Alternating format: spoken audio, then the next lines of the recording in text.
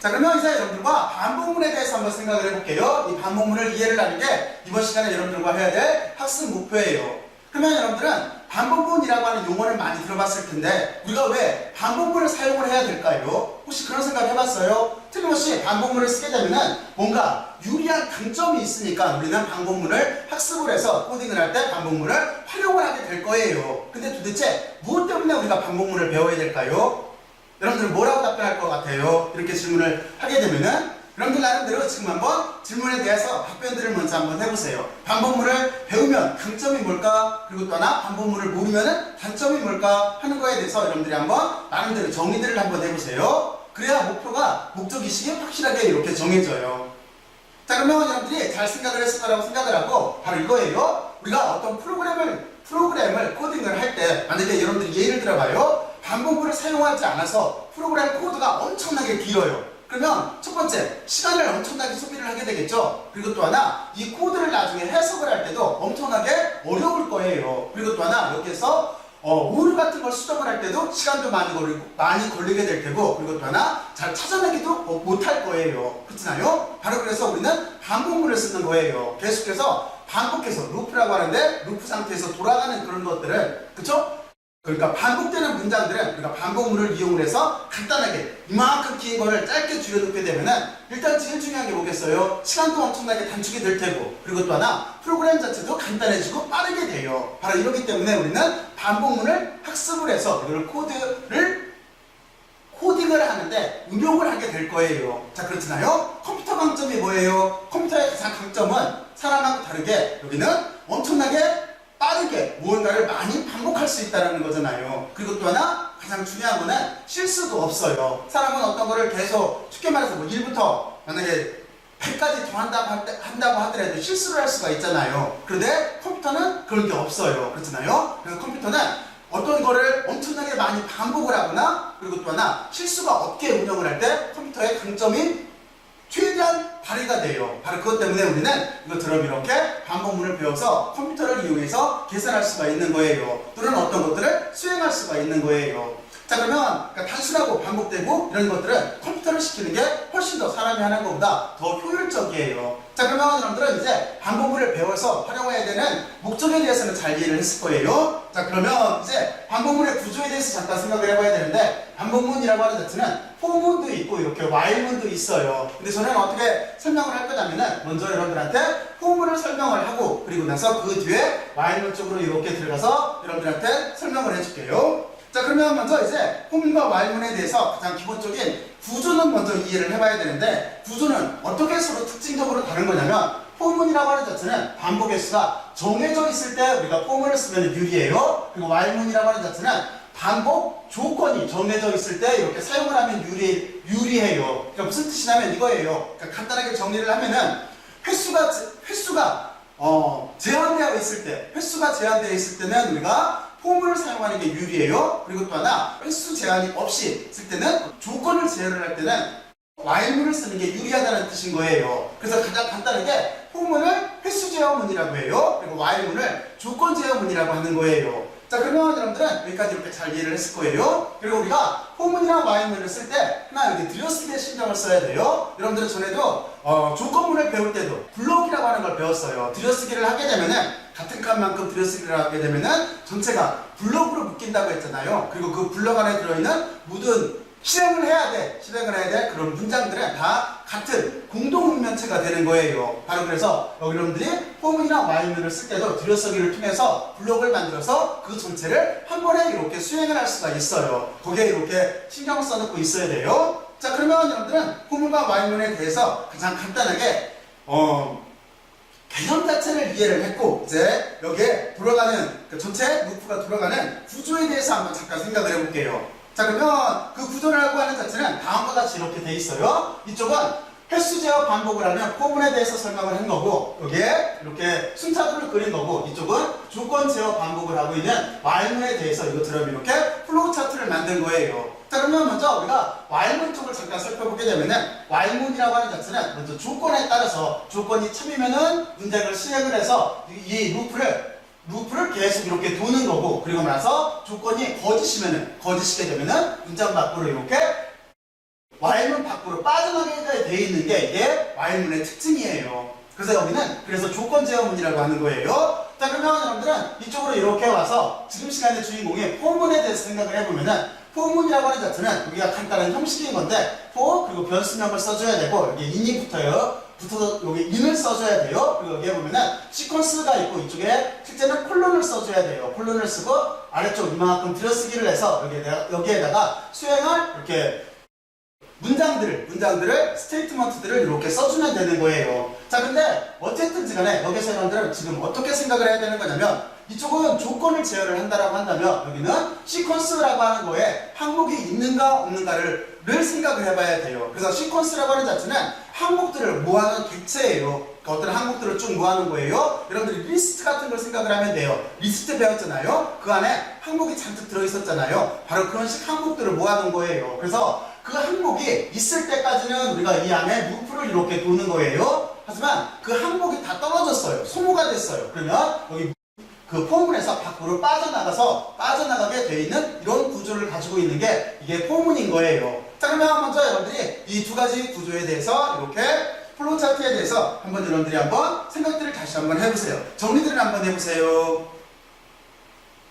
정리들 해봤어요? 자, 그러면 여러분들은 이제 여기에서 이제 저는 어떻게 설명을 할 거냐면은 일단 우리가 반복문을 아까 써야 되는 이유에 대해서 제가 잠깐 설명을 했어요. 그 반복문에 써야 되는 이유에 대해서 이제 다음 장에 가서 잠깐 한번 비교를 잠깐만 해줄게요. 자, 그러면 이제 여기까지 구조를 알았을 테고 반복문을 써야 되는 이유에 대해서 간단하게 한번 살펴볼게요. 먼저는요, 어떤 생각을 해야 되는 거냐면 반복문의 장점이라고 하는 자체는 좀 전에 말했듯이 프로그램이라고 하는 거를 우리가 단순하고 빠르게 이렇게 만들 수가 있어요. 그리고 또 하나 프로그램이 간결해지게 되고 시간도 단축되게 돼 있어요. 그러면 이게 무슨 뜻인가 하는 걸 봐봐요. 만약에 여러분들이 축하합니다 라고 하는 걸 5번 이렇게 반복을 하고 싶어요. 그럼 우리는 어떻게 하면 되겠어요? 프린트문으로 여기를 프린트 한 다음에 가로하고 땡땡하고 축하합니다 콤마 찍고 땡땡하고 가로 닫고 이렇게 한 다음에 우리가 코딩을 할 때 어떻게 했었어요? 그동안은 이거를 이렇게 드래그를 해서 컨트롤 C, 컨트롤 V를 해서 붙여넣기를 이렇게 했었어요.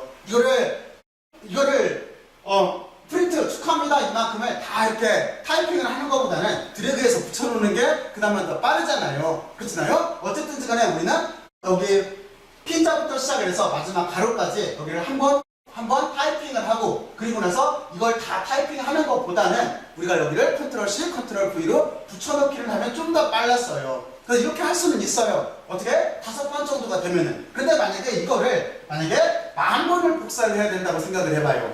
여기 보면은 축하합니다 라고 하는 이거를 10,000번을 출력을 하고 싶어요. 그러면 10,000번을 드래그해서 갖다 놓고 붙여넣기를 해야 될까요? 하는 문제가 생겨요. 또는 이게 100만 번이라고 한다면은 그걸 언제 하겠어요? 그렇잖아요? 바로 그런 문제가 생겨요. 바로 그랬을 때 우리는 다음과 같이 이렇게 포문을 사용을 하게 되면은 이거를 상당히 간단하게 처리를 할 수가 있어요. 다시 말해서 단지 2줄 내에 이게 100만 번이 되든 1000만 번이 되든 우리는 여기 축하합니다 라고 하는 거를 금방 출력할 수가 있어요. 바로 그래서 반복문을 사용을 하면은 훨씬 더 간단하고 편리하게 돼요. 그러니까 여러분들이 복잡하다고 생각을 하고 물론 다 처음에 어떤 형식, 이런 문법을 이해를 하려면 처음에는 복잡해 보여요. 하지만 우리가 이렇게 단순히를 반복하는 것보다는 좀 더 생각을 하고 연구를 해서 여기를 이해를 해서 우리가 정확한 문법을 구사를 하게 되면은, 그렇죠? 그러면은 논리를 이용해서 문법을 구사를 하게 되면은 훨씬 더 쉽게 일 처리를 할 수가 있는 거예요. 자, 그러면 여기를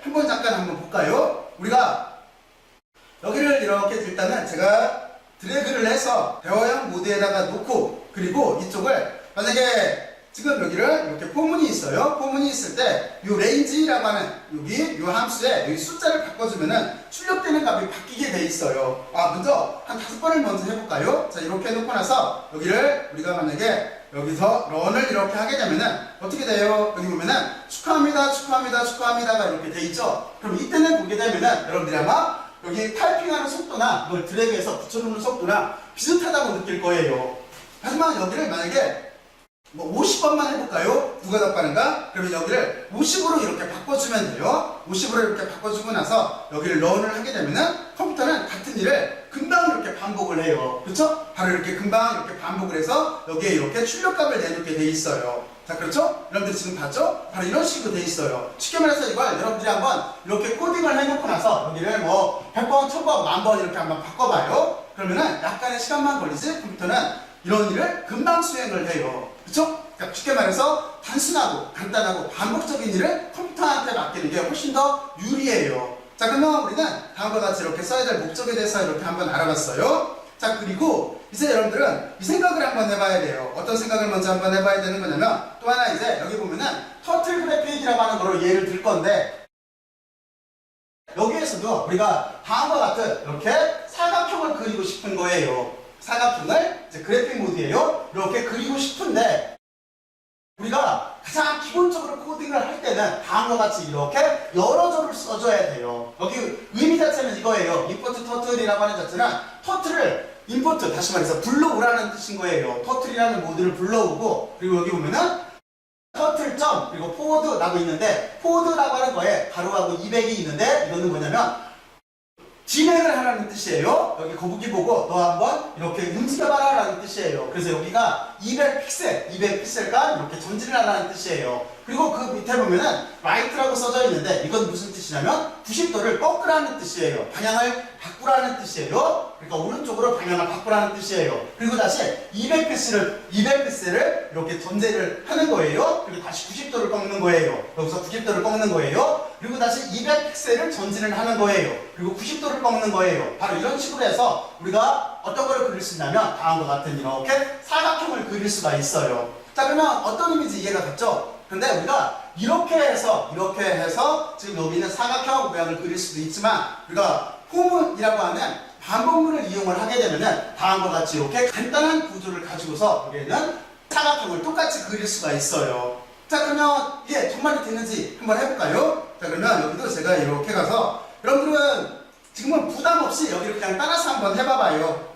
자, 그러면 이거는 이제 이렇게 지워버리고 제가 여기에다가 방금 전에 공부를 한 이거를 붙여뒀어요. 자, 그리고 여기를 이렇게 실행을 할 거예요. 자, 그러면 여기 지금 보게 되면은 여기 사각형 그리는 거 봤어요? 다음과 같이 이렇게 사각형을 이렇게 그리게 될 거예요.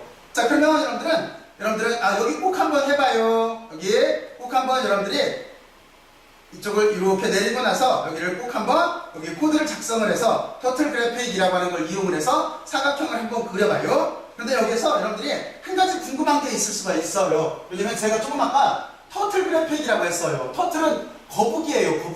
거북인데 지금 여기에는 이게 이 모양이 거북일까요? 여기가 어떤 봐서는 거북이가 아니죠. 그런데 여기를 우리가 터틀 그래픽이라고 해요. 터틀 그래픽에서 여기 우리가 이쪽에서 터틀을 불러낼 수가 있어요. 한번 여기를 잠깐 살펴볼까요? 저기를 터틀로 바꾸고 싶으면은 우리가 여기에다가 다음과 같이 써주면 되는 거예요. 여기에다가 터틀 그리고 터틀 점 한 다음에 여기다가 쉐이프를 쓴 다음에 다시 여기다가 땡 한 다음에